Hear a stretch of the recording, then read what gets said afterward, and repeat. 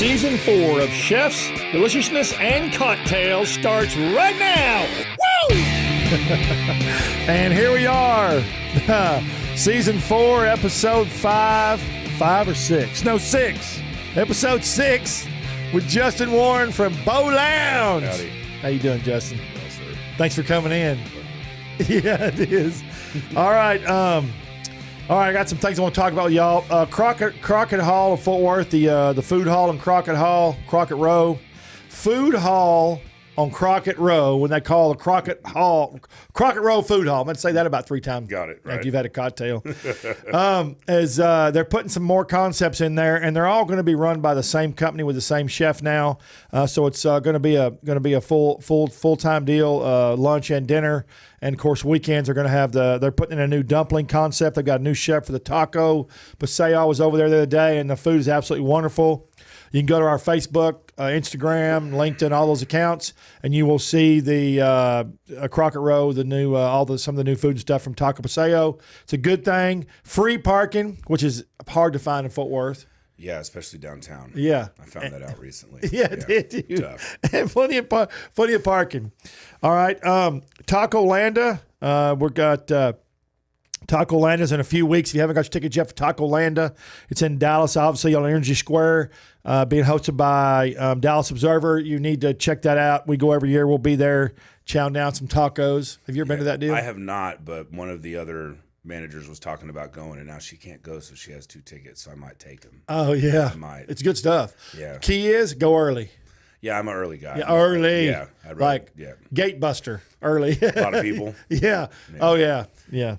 All right, and we got the World Food Championships. If you go to worldfoodchampionships.com or just Google World Food Championships in Dallas, we're going to be there all 4 days. Going to be judging.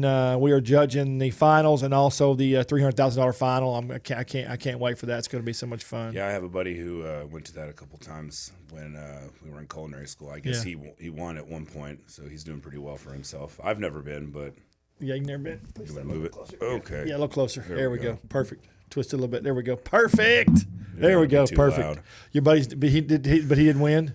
I don't know if he won or not. I thought maybe he did. I don't. He was one of my guys. I went to culinary school. I didn't really keep up with him, many of them, but I know he's doing well for himself, and he talks about going to the World Food Championships. I don't know if he's judging now or if he's just goes, but it looks like a lot of fun. I've never done anything like that either. Giving away $300,000. Yeah, I would. That's a lot of money. I'd love to have a little of that. Yeah, I could use it. I was judging the finals for the golden ticket, chance to win the top $300,000 prize in Dallas at the culinary. That's what he won. He got a golden ticket. That's what he did. Okay. Well, I'm gonna tell you something. Those guys came in there. They were every one of them, man, was just nervous as a jitterbug, man. Really? It was something else, and that's the first time I ever judged something of that. I judge a lot of stuff, but never where you're going to opportunity to win $300,000. And there was a lot of nervous people. There was a lot of nervous chefs. That's a lot of money. That's a lot of money. No matter who you are, it's a lot of money. $10,000 is a lot of money. $300,000 is a lot of money to win at one time. Yeah. I wouldn't even know what to do with myself. Yeah, you would. Yeah. All right, Justin, so where are you from originally? I'm from Dallas. I've never left. Just right down the street from where Bowlounge is at. Grew up there, right outside of East Dallas. Went to high school in North Dallas at Hillcrest High School, and just stayed. I like it. I like familiar surroundings. I don't really want to go anywhere else. And all my friends are here. You know, my parents were here until they passed away, and my brothers are here. They don't want to leave either, and they're my best friends, man. I can't be without them. No, you can't be, can you? Yeah, I mean, one of my brothers runs the other restaurant with me in Dallas. Oh, okay. Yeah, my youngest brother, Evan, he's a general manager. How many brothers you got? I got 2. You got 2. I'm the oldest. And then I got a middle brother, and then the youngest. Are you the tallest? No, my middle brother is 1 inch taller than me. Are you serious? Yeah, and he's got dirty brown hair, blonde hair, and blue eyes. He's weird looking. We're all dark hair, brown eyes, and he's got blue eyes. And yeah, that's funny. So you grew up in Dallas. So let me ask you this: how were you when you got interested in cooking? I cooked a lot at home when we were younger. Probably not till maybe I was 12 or 13. Nothing too serious, but Mom worked a lot and Dad was busy. So I cooked for my brothers. Again, nothing too serious, just, whatever we had. Lots of hamburger help. Right. Yeah. But, man, I guess after I got a little older, my mom she retired and started cooking for her new husband, my stepdad. Right. And I cooked with her a lot. I hung out with her a lot. Probably my early 20s. I was already working in kitchens. I worked at a little bakery when I was 18 that one of my friend's parents owned. Right. And I learned a lot there, too. I learned a lot about baking there. I love to bake. We do a little bit. I have a bakery in Dallas that I take both of our stores. I was just fixing to say, a lot of the chefs don't do both. So you also do the baking. And I did all the baking until about this time last year when we decided to start the second store. I had to hire a baker. Okay. And I've only got her for 2 more weeks. She told me last week she's moving. So when you started cooking, what was your initial catalyst for you to say, I'm going to go full bore in this and be a chef? I held odd jobs, I guess, from the time when I was 18 until I guess maybe like 27, 26, maybe 25. I don't remember. And then I got fired from a fast food place. And I was like, F this, man. I'm going to go to culinary school. I had another friend whose girlfriend who worked with me at the restaurant, the fast food place, and she went to culinary school, and I went and visited her. I was like, man, I'm going to go here. So like 2 weeks later, I enrolled. That's not a cheap endeavor either. So I mean, that had to be a decision. No, it was expensive. That's a big decision to make. I just paid it off last year. Oh, really? So I'm in the clear. Yes, it was tough, 10 years, but it's all paid for now. So when you started culinary school, was it what you thought it would be? It was a little different, but yeah, it was pretty cool. They do the classes I were in were 6 weeks long, and you start out with regular knife skills and learning vocabulary and learning a little bit of like the history of French cooking, and then you do 6 weeks of math and stuff like that, and then you go back in the kitchen for 6 more weeks, and that was really cool. That's where I learned most of it. Every day here's 4 new recipes. I need you to make these, and give them to the chef. They taste them, and then the next day you do it again. And at the end of the 6 weeks, you get a note card, and they're like, here, you've made this once, make it again, and I'm going to judge it. And then. So how do you, but I always say culinary school is people go to culinary school, but you have to have some kind of creativity to be able, when you come out of to create dishes. I mean, you can't just read out of a recipe. I guess if you want to be just a chef doing something else's, but if you create stuff, where does the creativity come from? If you just want to do like, corporate stuff, or, it helps if you go to culinary school and then you're like, you get your foot in it, like a Chipotle or a Brahms food store. They pay pretty well in most corporate places, upwards of $80,000 for kitchen manager or general manager type stuff. But man, the creativity, I guess, just comes from me eating a lot. I go out to eat a lot, not as much now because it's expensive, but and it's time consuming. You have to have time for yourself. I still do it a little bit, and there's a lot of good food in Dallas. And I've moved around Dallas because it's so giant. There's different places, and there's always new food. It sure is. Especially with so many failing restaurants. It's like, oh well, I went to this place, and now it's shut down, and a new place is open. Yeah. And it just kind of depends on what I want to do. I do burger and pizza of the month every month, so I try to base that on whatever holiday. We have Halloween burger and pizza this month. I got a Thanksgiving burger and like a turkey gravy stuffing pizza for next month. It's excellent. I made it yesterday. Yeah. It was way better than I thought it would be. Wait, what was it? What was it? It's turkey gravy, a little bit of diced turkey, like jellied cranberry, and mashed potato on a pizza.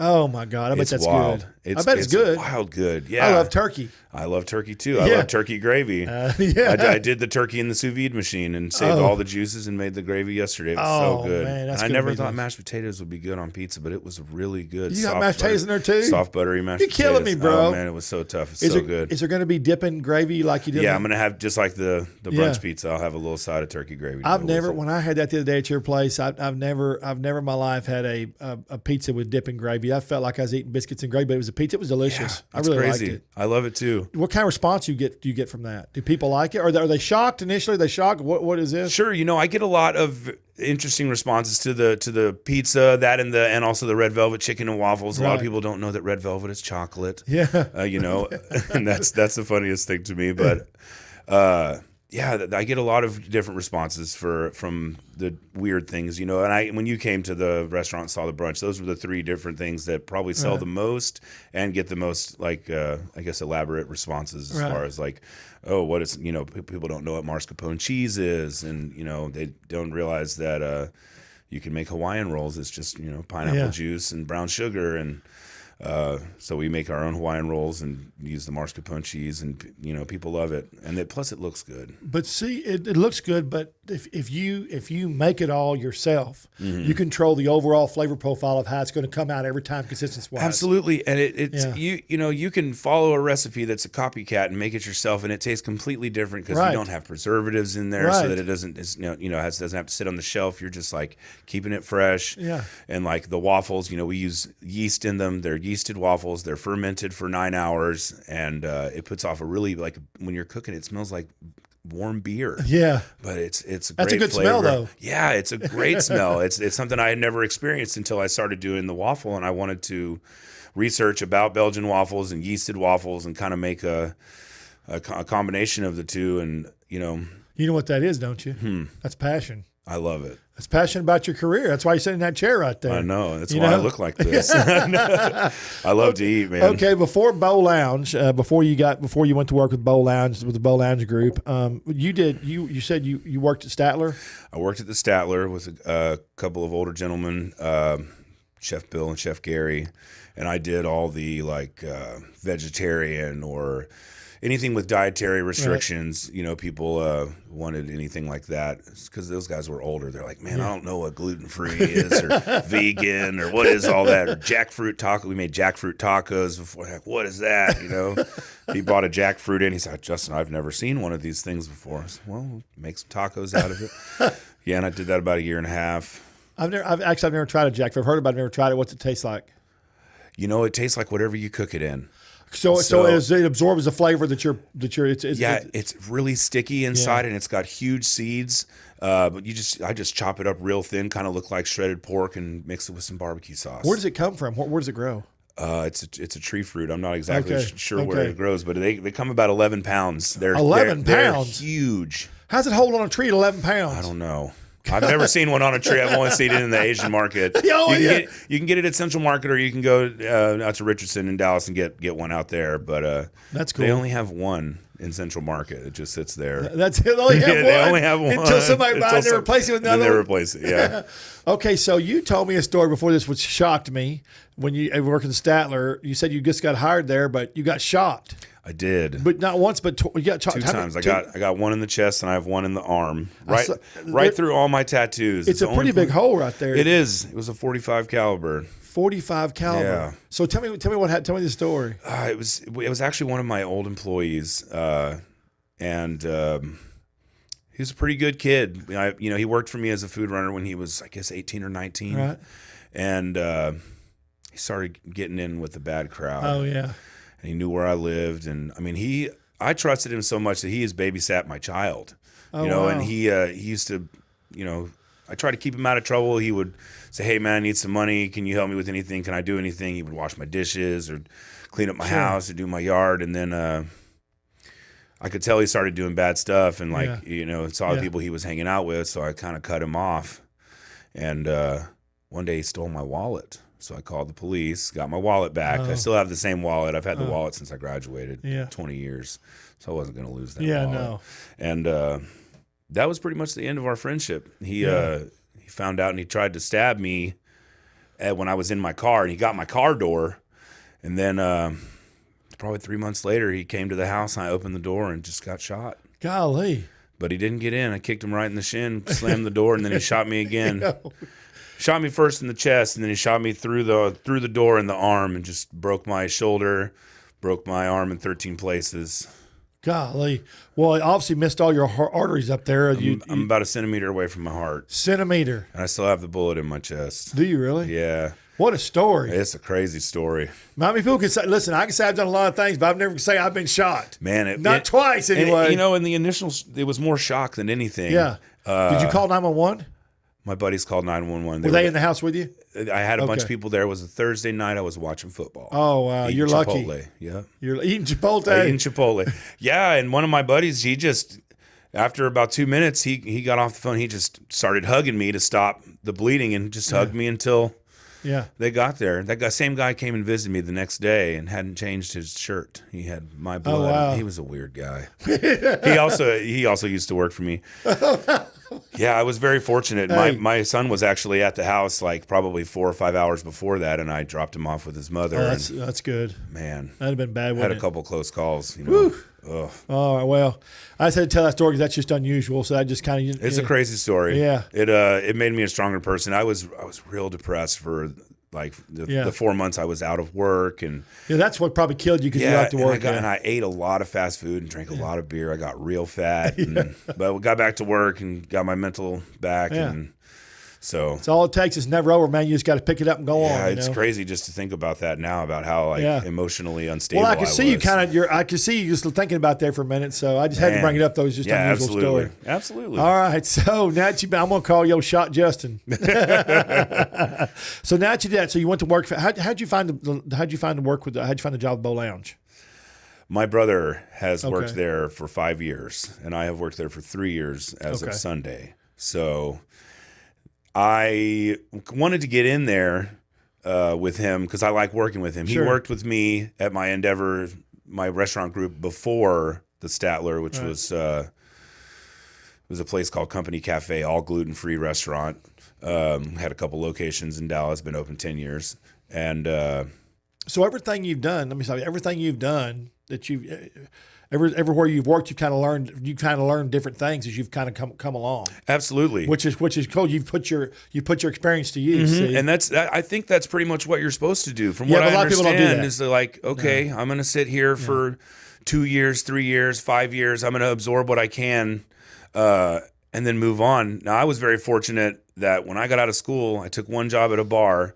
And then I had a friend who was like, hey, we need a line cook over at Company Cafe. And then 4 months later, the guy in charge left. And I was like, hey, I can do that. Even though I had never been a kitchen manager. I had never. Stressful? Yeah, it stressed me out at first. But it was just one restaurant at first. And so I got used to that. And then we opened another one. And I was like, okay, I think I can do this. I faked it real hard. But fake it till you make it. Fake it till I make it. And I made it, you know. And but anyway, Evan worked with me at Company Cafe, and we did brunch and then dinner, and we decided to close for dinner, and they got rid of him. And he loves to bowl, so he was like, "Hey, I'm gonna go check out this boutique bowling alley place."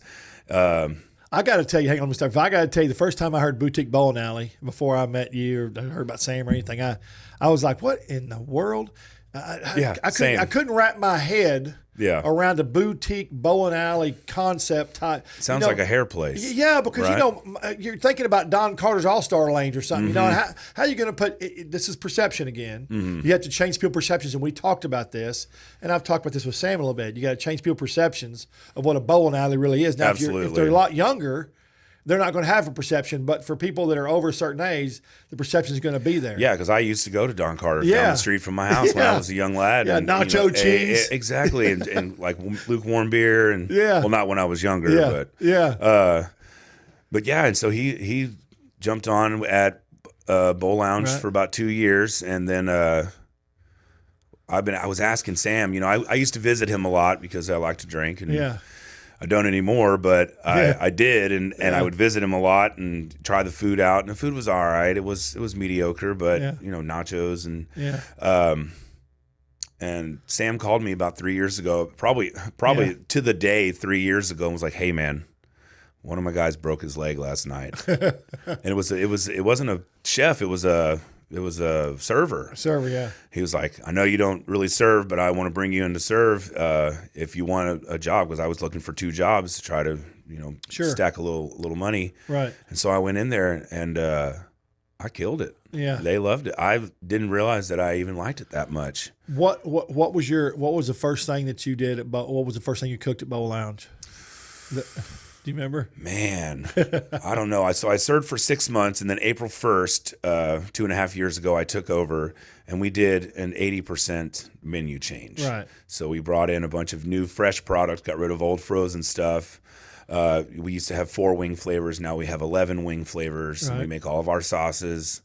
I want to stop right there. This is one thing I learned when I met you at the what was that, Dallas brunch deal. I learned that you make everything y'all do there is in house. It's all prepared fresh, and we talked about this, and I think that's just unusual. Yeah, I mean, you'll have to agree it's unusual, absolutely, especially for a bowling place. But if I'm going to make food at a bowling alley, and it's just bar food, we make sliders, we make pizza, we make cheese sticks, but like I cut all my cheese sticks by hand, and we hand roll them every couple days at both stores. We make our own Blackberry Hawaiian rolls for our mascarpone French toast and for our sliders, and we make our own pizza. We do cold proof pizza, so we make it on Monday. We can't use it till Thursday, so I've got stacks of pizza in my walk-in in Dallas.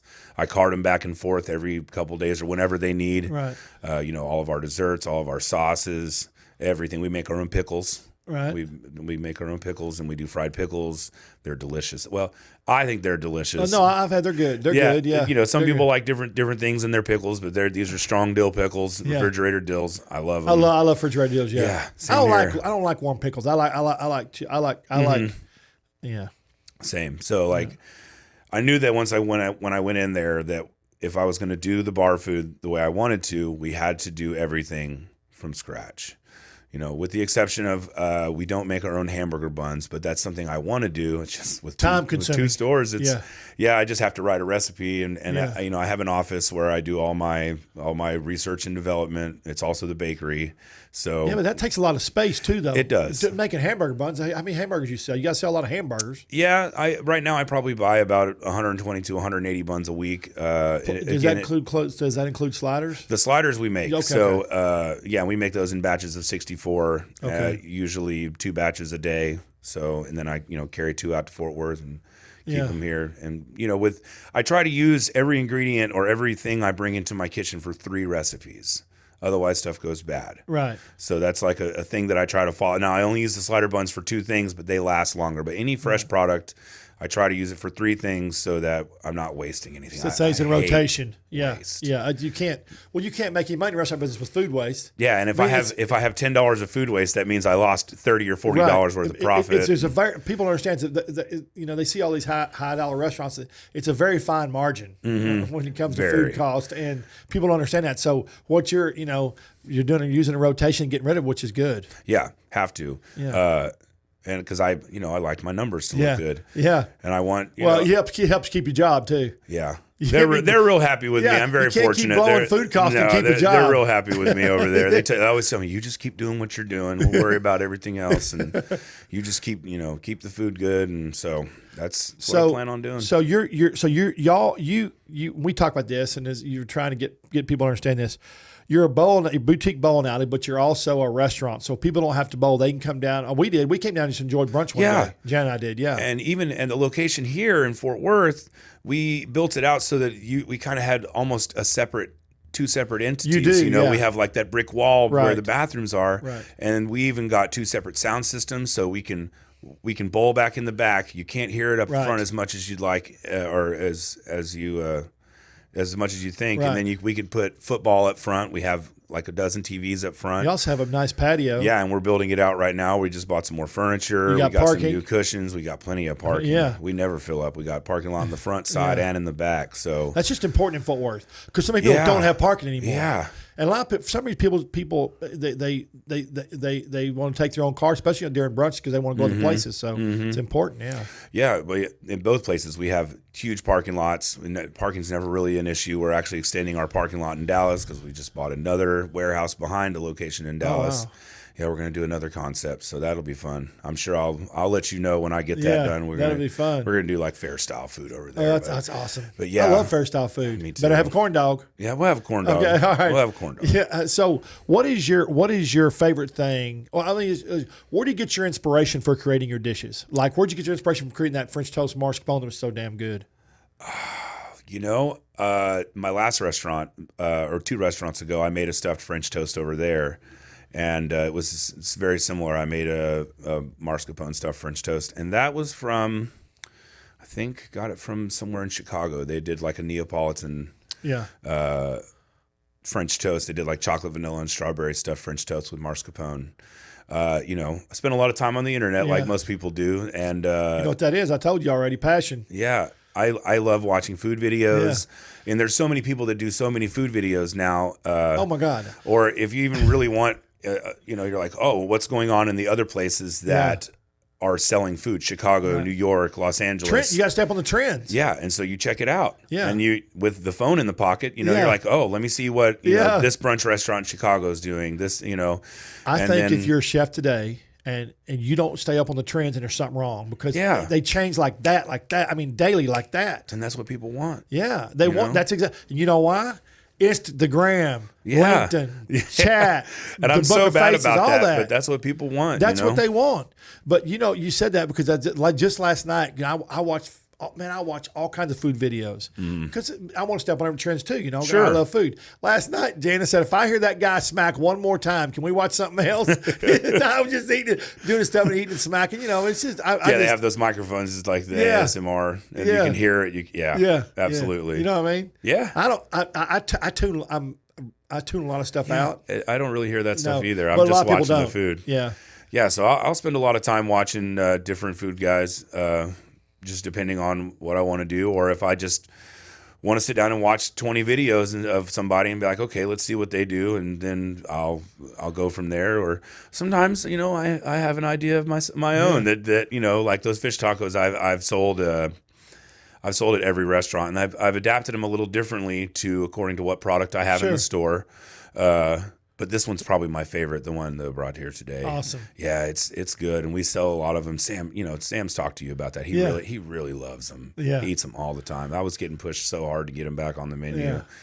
Well, Sam's not at a loss for words.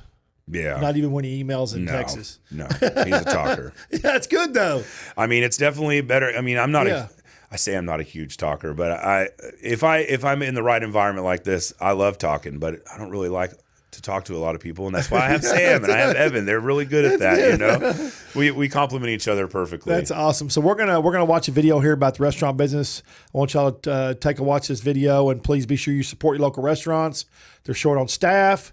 We've got them closing by the day, opening up by the day. Just be sure and support your local restaurants and your boutique bowling alleys. Watch this video. We'll be right back. Hi, I'm Trey Chapman, publisher of Trey's Chowdown and host of Trey's Chowdown Live, a weekly TV show and radio podcast highlighting chefs, restaurants, and deliciousness. The restaurant and service industry is in big trouble due to COVID-19, and they could really use your help. While restaurants and service operations may look normal, they are far from normal. So many restaurants, food trucks, burger spots, barbecue joints, bars, and taverns are literally going broke by the hour and might get worse. So I'm asking everyone to help out the simplest way they can, and that is to please buy and shop local. Whether you're dining in, taking out, or get delivery, you are helping out your local businesses tremendously. Mom and pop owners, chefs, restaurants, and all of our service folks will be so very thankful that you're helping in this difficult time. Oh, and be generous on the gratuity when possible.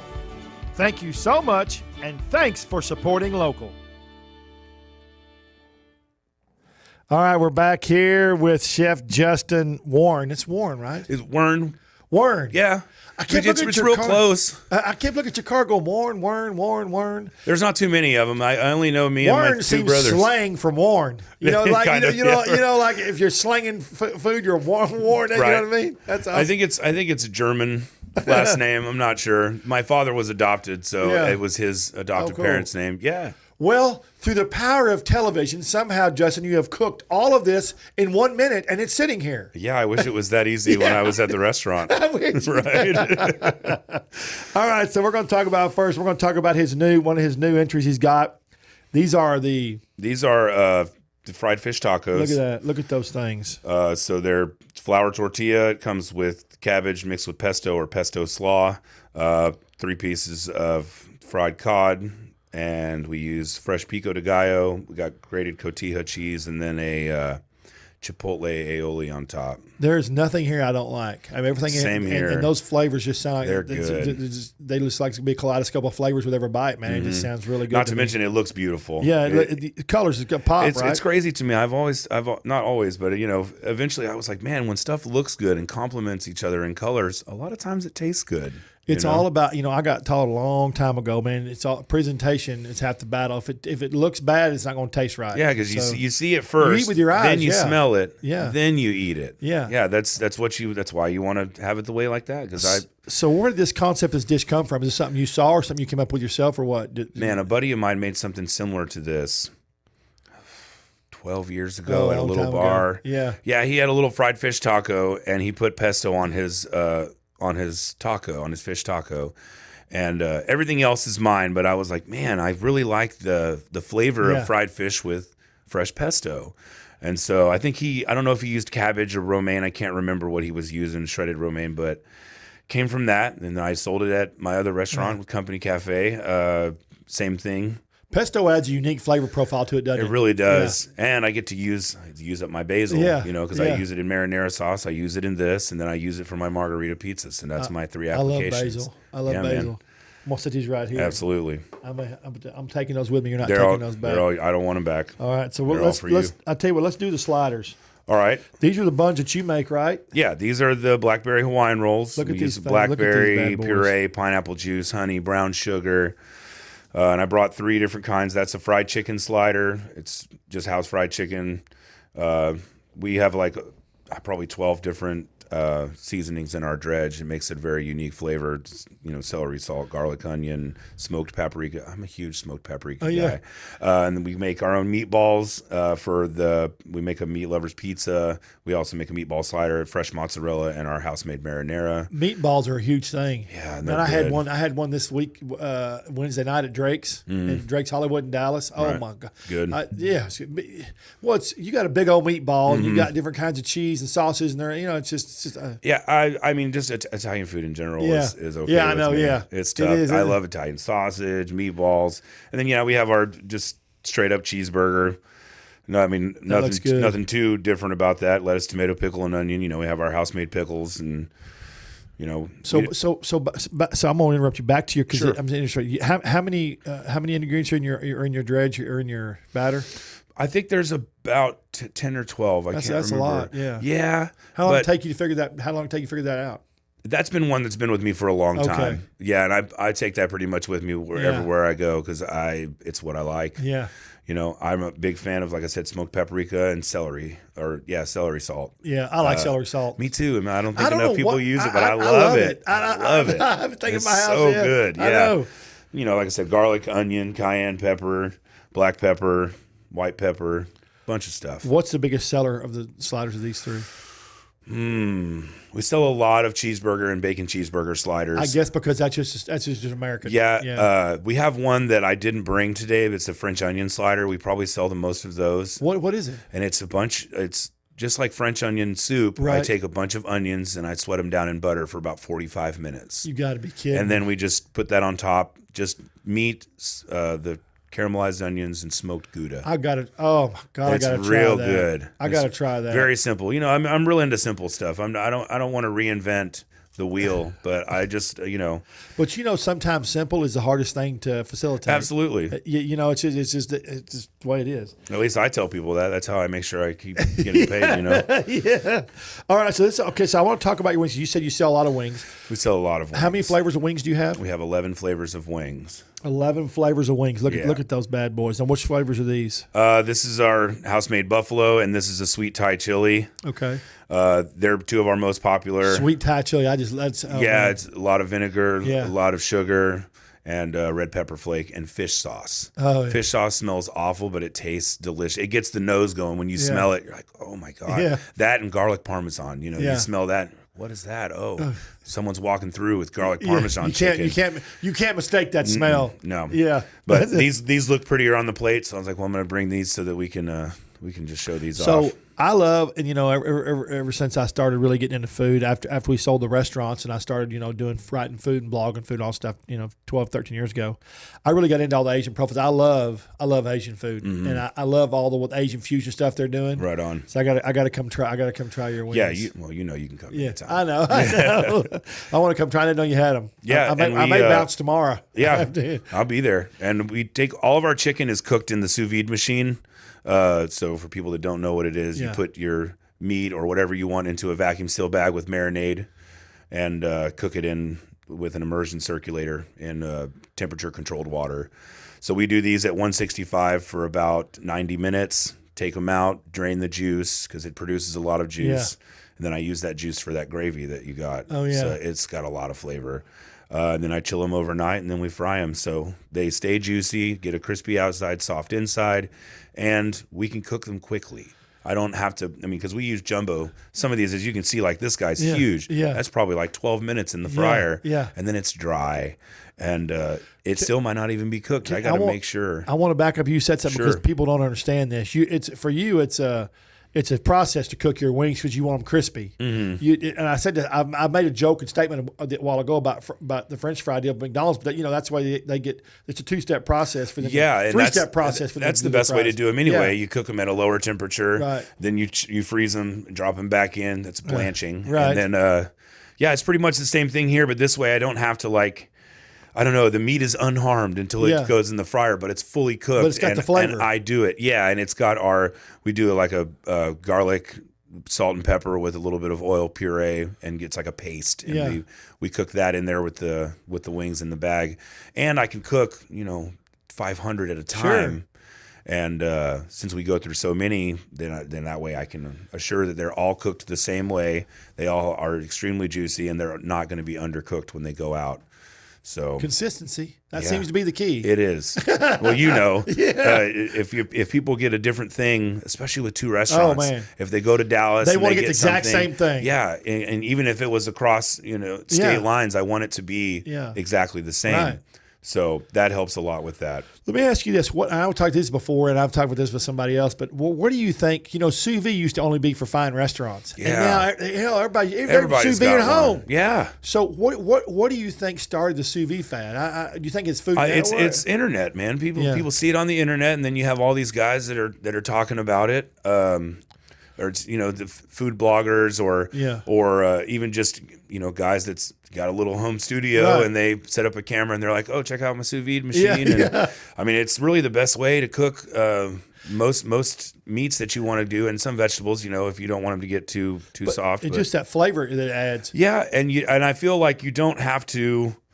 I don't want to. It's not like it's tainting the meat, but even if I'm grilling my steak, I don't. If I'm not a chef and I'm a home cook and I am not a master of the grill, or I have people that want things different. My wife wants well done, which is weird, but that's to each their own. Yeah. And I want medium rare. I can throw it in mine for 2 hours and then crank hers up for another 30 minutes at 165, and it's done. And then just use the blowtorch. Yeah, and you're done. When you say sous vide, though, it sounds complicated. So when you say the word sous vide, people, what do you? Yeah, that's how I sound fancy. Yeah, but you know what I mean. No, the average person sounds complicated. Yeah, but it adds a whole different realm. That's how we keep our secrets. Yeah, sound fancy and complicated. Yeah, fancy. But it's not really. Both my brothers have one at home, and they do a lot of meats like that. You can do roast beef, or even your pot roast if you want to cook it. I've done a brisket in there. I've sous vided a brisket for like 12, 13 hours, and then just smoked it for 3, and it's juicy. Good. Yeah. Juicy. Yeah, it's tough. I've done pork belly for 30 hours. Are you 30 hours? 30-hour pork belly. So good. That's got to be succulent. It was delicious. Let me this is a bowling alley you're talking about, okay? Mm-hmm. I want people to understand this is a bowling alley. Yeah. That serves delicious, savory, delicious and savory sweet chef-driven food. Absolutely. Which is it's hard to find that. Yeah. We also have, we use vintage pin setters, so you can see all of our machines and our mechanics working while you're bowling, as opposed to, a lot of bowling alleys do the pin thing, or they have those little bowling balls and small lanes, but we use old pin setters. That's what my shirt means. Born in East Texas. Oh, okay. Because our lanes are from East Texas. We bring them in. They have to bring them in because they're fully constructed, 60 feet. Wow. They have to bring them in before we even put the facade on the building. See, I hadn't been bowling in so long until I came to your place and I bowled. Right? Yeah. I felt like I was back bowling. Oh, you guys were doing great, man. I know, but I felt like I was back at Don Carter's, right? So you're telling me that they've got places with smaller bowling lanes and small balls and stuff? Yeah, it's weird. I don't know if they do out here as much as we do in Dallas, but we're not the only boutique bowling alley. Is it to save space? I don't know. I've never seen that until I visited a couple places there, and I never seen the string thing either. I don't know if you're familiar with that. What's the string thing? They have bowling alleys that attach strings through like a loop to the top of their pins. So when they're knocked over, you just pull the strings and they come back and they're set up.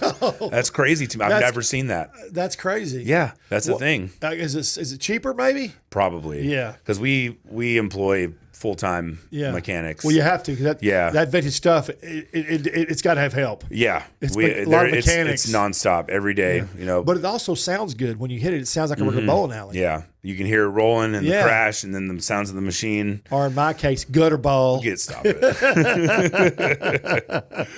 All right, so what pizza is this? This is just a veggie pizza. Again, I brought this because it's got, the purple onion. It's got green and red bell pepper, mushroom, and then black olive. It looks good for the camera. Yeah. Really, I like to always just bring it when you can see. Obviously, we make our own in-house crust. It's got the bubbles from the yeast. I was just fixing to say that. Yeah, nice and crunchy. So I was a training manager for 2 big pizza companies in Southern California, and long back in the day. But we proof our dough and stuff, but it's just regular big corporations. It's nothing like you do here. Sure. So explain to people that don't know anything about pizza dough how you get the bubbles and stuff. So we use a method that's like it's cold proofing. Right. So we use active yeast, but we don't activate it. We just we put room temperature water and room temperature yeast, flour, oil, and salt, and that's it.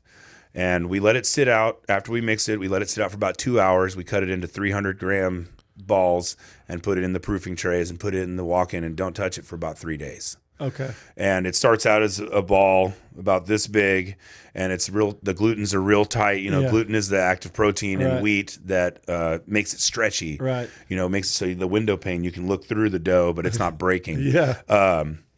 And so that's interesting as well. Describe it that way. Yeah. It gives it good flavor, and the yeast, instead of because active yeast you usually put in 105 degree water, put it in your bread, and it gets that bubbly, that beer smell, and then you're good to go. Now you can make pizza that way, but I prefer to let it sit in the walk-in for 2-3 days, and then the glutens get all relaxed, and the pizza dough spreads out and doubles in size, and that's when it's ready. You feel it, and you're like, oh, it's soft. It's not springing back. You put your finger in it, it's just like you're talking about like it's a woman or something. It is a woman. You got to make love to it. Yeah, you do. That's right. I mean, we sell a lot of pizzas. We do a lot of parties. Like I said, we have a wing bar that's on one of our parties. We got a pizza buffet. Comes with 1 pizza per person, and it comes with little garlic knots. We make garlic knots. It's delicious. You were holding back on the damn garlic knots. You didn't tell me you had garlic knots. Man, I only make them for parties, like per order, because I don't keep anything. I bet they're good. They are. Janet would be mad at you if she knew you had garlic. Well, you guys can come back if you let me know. I'll make you some. I only make them for parties, and like I said, I don't like to keep anything that's not fresh. So my baker makes them in the morning, or my guys out here know how to make them too, so they make them for the parties out here, and my baker will make them. If you have something that's not fresh and you're gone, somebody's going to use it, and it's going to be a bad deal. So they know better than that. You know what I mean? No, it's just safer if you use everything fresh. Absolutely. Yeah. Yeah, my guys are pretty good. They, I would never say that they're scared of me. They just respect me enough and understand the process. At first, it was a little tough because pretty much everyone in Dallas has worked there longer than I have in the kitchen. Right. But they like what we're doing. They like the food too. They eat just as much of it as I do. And once I like what you're doing. Yeah, well, I appreciate it. Tell me what your best brunch dish is. What's the one you get the most comments on? How does a mascarpone French toast do? If you want something sweet, it's definitely the way. It's tough to choose between the mascarpone French toast and the chicken and waffle. If you want something real sweet, the mascarpone cheese is not sweet. We put a little bit of house-made blackberry jam, a little bit of lemon juice, but no sugar in it. So it's not super sweet. But with the mascarpone cheese and the sweet roll, and then we put blackberry jam and powdered sugar on top, you get quite a bit of sweet. But not too sweet. You don't want your teeth falling out. Not with all that sugar. Well, they can also go. They can go to my Facebook page. They can go to your Facebook page, Bowlounge. Mm-hmm. You have the red velvet waffles on there. Tell us about those, because those were good, and the drizzle was really good. Yeah. So we make yeasted waffles. Belgian waffles. Yeah, exactly. Yeasted Belgian. We So my guys are probably making them this morning, Right. because we make them in the morning, let them sit out for, like I said, about 8 hours, and it triples in size. It smells like beer. It's a foul odor, but it's the flavor's good. And then we finish it off with baking powder and eggs and vanilla extract and red food coloring to make it red velvet. Otherwise, it would just be brown. Right. Because we use cocoa powder in it. No fake stuff. Just like the fresh cocoa powder. Yeah, and then we let it sit in the walk-in overnight, and it doubles in size in the walk-in. My first time I made a mistake and put it in a small container, and I came in first Saturday morning for brunch, and I got red waffle all over the floor. Oh, was it that big? Yeah, it gets real big. The yeast even though it's in the walk-in, it continues to proof and get larger in the walk-in, and there was just red velvet waffle batter everywhere. What did you say to yourself? I kind of slapped myself a little bit because I knew better. When I thought about it, I was like, of course it's going to get bigger. You can't put it in this small container. So yeah, we use a little double-sided waffle iron. We can only make 2 at a time, which is okay. People wait, I wasn't sure how my brunch was going to be, but it's taken off pretty well. So, I can probably upgrade to a 4 waffler if they have that. I don't or maybe 2 waffle irons. That's funny. But yeah, we use about 3 ounces of waffle batter. We use chocolate chips, make the waffle, 4 fried chicken strips, same batter as the sliders. And then the cream cheese drizzle is just little cream cheese, but it's vanilla good. And a little half and half. You have the sweet, the creamy, the savory. It's all perfect. It's all really down good. Perfect. Yeah. I always say everything's really good because it's the way I like it. And that's a good sweet savory dish. We get a lot of breakfast burritos. We do like a California style burrito with French fries in it, and you can do bacon or sausage. We grind our own sausage. Fries. Yeah, I know people love it. Hand cut French fries. It's gimmicky. I don't do hand cut French fries. They actually had these little shoestring fries before I came along, and everyone was like, "Please don't change the French fries." But at the new place, I think I'll probably do hand cut. So that we don't... It's different. Yeah. But shoestringer's good, though. We had some shoestring last night. Shoestrings are good. Yeah, they're good. Yeah. And they fit in the burrito well. Like I said, we grind our own sausage. We make our own breakfast sausage out of pork shoulder, both stores. And you can do sausage or bacon, and it comes with cheese, eggs, sausage or bacon. You make your own buns. You make your own waffles. You make your own sausage. You make your own dredge. Yeah. You do your own meat. I mean, you realize this is a bowling alley we're talking about. Yeah, I know, but it's again, I'm not trying to reinvent the wheel, but I want to reinvent when people think about bowling alleys, because just like you and me, like Don Carter's AMC bowling, or AMF, it's not AMC. That's the movie theater. AMF, yeah. That's right. I just caught that. You go there, and I used to go there on Wednesday nights for dollar lanes after 9 p.m. and get a pitcher of stale beer with one bartender, and there's just stuff in the carpet. Yeah, one exactly. Bartender smoking. Yeah. So we just want to reinvent that. Not we want to have good bar food, nothing too serious, but we make everything from scratch, and we have nice patio area. We have nice craft beers and good drinks. Yeah. The biggest thing is people need to understand, because I was impressed. I didn't go there to bowl the first. I went there to eat. Mm-hmm. That you can go there just to eat and drink and have. And you don't have to bowl. You can have brunch and then play some of the games up front, because you have the games. Yeah. Foosball. We have foosball with shuffleboard. Yeah. Pool. Absolutely. And we actually just opened for lunch too, starting last week. So we were opening at 4. Now we're opening at 11. And I can almost guarantee you, if you come in and say, "Hey, this is my first time here," then you'll probably get 50% off. Okay. If it's your first time for lunch, Sam probably handed out 2,000 half-price discount cards. Yeah, we did lunch in Dallas before the pandemic, and it started picking up. And then, of course, the pandemic happened. Killed it. Yeah, it was really unfortunate. I had an $11 menu. You can come in and get an item off the menu and a soda for $11, or if you wanted to put that $2 credit towards a beer, you could also do that. Now we had to up the price a little bit because the cost of goods has significantly increased in the last year and a half. How about crazy? Yeah, it's tough. Yeah. It definitely made my job a little tougher, but it's, a challenge is good. Yeah. So I think it's 13 now for most of the stuff, but we have a Cobb salad, we have the fish tacos, we have fish and chips as well. We have a chicken club sandwich, mushroom Swiss burger. Wait. Sam told me to try the fish chips. I didn't try the fish and chips. I guess your fish and chips is really good. Sam said it was really good. Yeah, it's the same fish as this. It's a larger portion, so you get 6 ounces of fried fish with that. This is an ounce of fish on each taco here, and it comes like a malt vinegar aioli. Because I love malt vinegar on my fish, but it always makes it so soggy. Right. So I was like, well, I guess we're just gonna make you want a crisp malt vinegar mayonnaise or aioli, and that way you don't have to doubt it, but you can still use the malt vinegar. I have plenty of it. Let me ask you a question. Where do you think that we made the transition from mayonnaise to aioli? Where did the hell that come from? It's so we can charge more money. I know. But just all of a sudden it just disappeared. It appeared out of the blue. Mayonnaise disappeared unless you're watching TV or in Walmart or somewhere of that. And now it's all about aioli. I'm like, this happened like 7, 8 years ago. Yeah, it happened out of nowhere. Yeah. Now I know that like traditional aioli is like minced garlic, super fine minced garlic that you put in the food processor and you drizzle your oil in, and I forget the word, but it turns into like a creamy mayonnaise type sauce, and that was like the original aioli. But then people were like, well, I'm just gonna make my mayonnaise with everything. And so that's anything that's not just mayonnaise, you're like, I'm going to call it an aioli. Yeah. But it's basically, yes, it's just a mayonnaise. Yeah. And eggs, oil, salt, lemon. You have to admit that mayonnaise has gone crazy. The flavor profiles for mayonnaise has gone from regular old mayonnaise, from Hellmann's and Kraft, all that. Now it's, you can get flavors. People put all kinds of flavors in mayonnaise. Yeah. And aioli.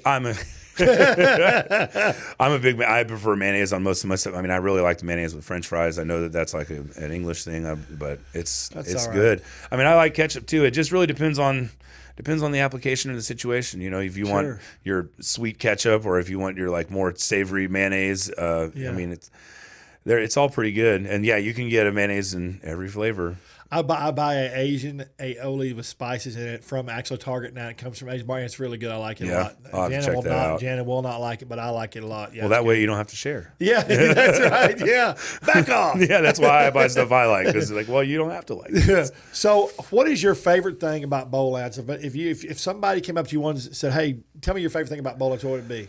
I mean, it's other than being unique, the environment, and we're building that out here. We've been open a year next week, or 2 weeks from now, we'll be open a year here, and we've been 8 years in Dallas. But like, if you come into Bowlounge on a Monday, you'll see, these people working, and it's a great environment.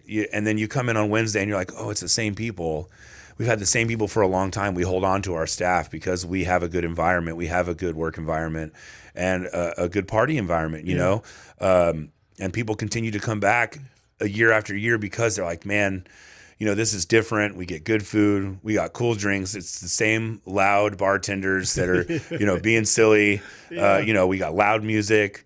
We have a great patio. And it just, we just keep growing. Every year we try to put a little expansion. We built a lounge in Dallas, so it's like for 21 and up to like watch TV, and we have more free games like we do in the front bar in Fort Worth. We're expanding our patio here. We expanded our patio in Dallas 2 years ago. And expansion's good. Yeah, and the environment, it's a good environment to hang out in. Yeah. We can get you there, and even if it's, sometimes we go on a 4 or 5 hour wait, but people will stay there. They're like, okay, well, at least I got games to play, and they're free. Yeah. And if I want to pay for some games, I got a crane game. I got some air hockey and pool, or I've got a little arcade at both places. Not too many games, but a couple. Can you make reservations? You can make reservations, but only we usually do about a week in advance if you want reservations. Okay. But you have to go through our event coordinator. Okay.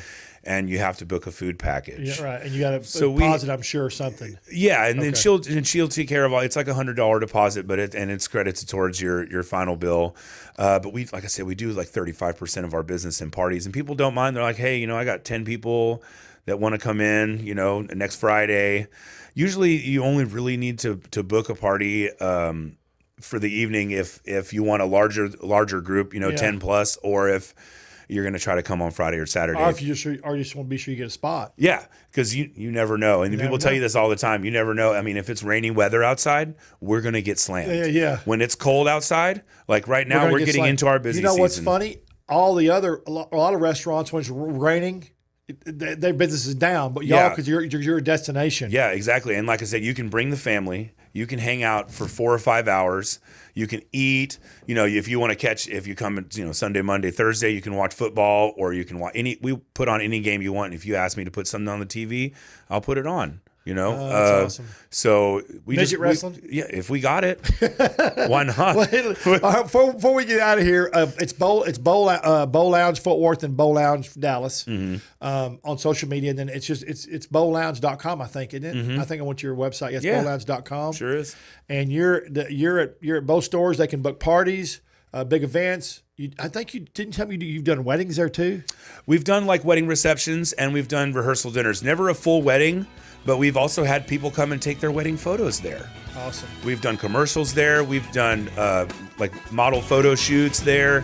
Anything. We'll do whatever. We're pretty accommodating. Thank you, Justin, man. Appreciate it, buddy. Thank you, Trey. Always a pleasure, Thank y'all. Next week, same time, same bad channel, Trey'sChowdown.com. Check us out.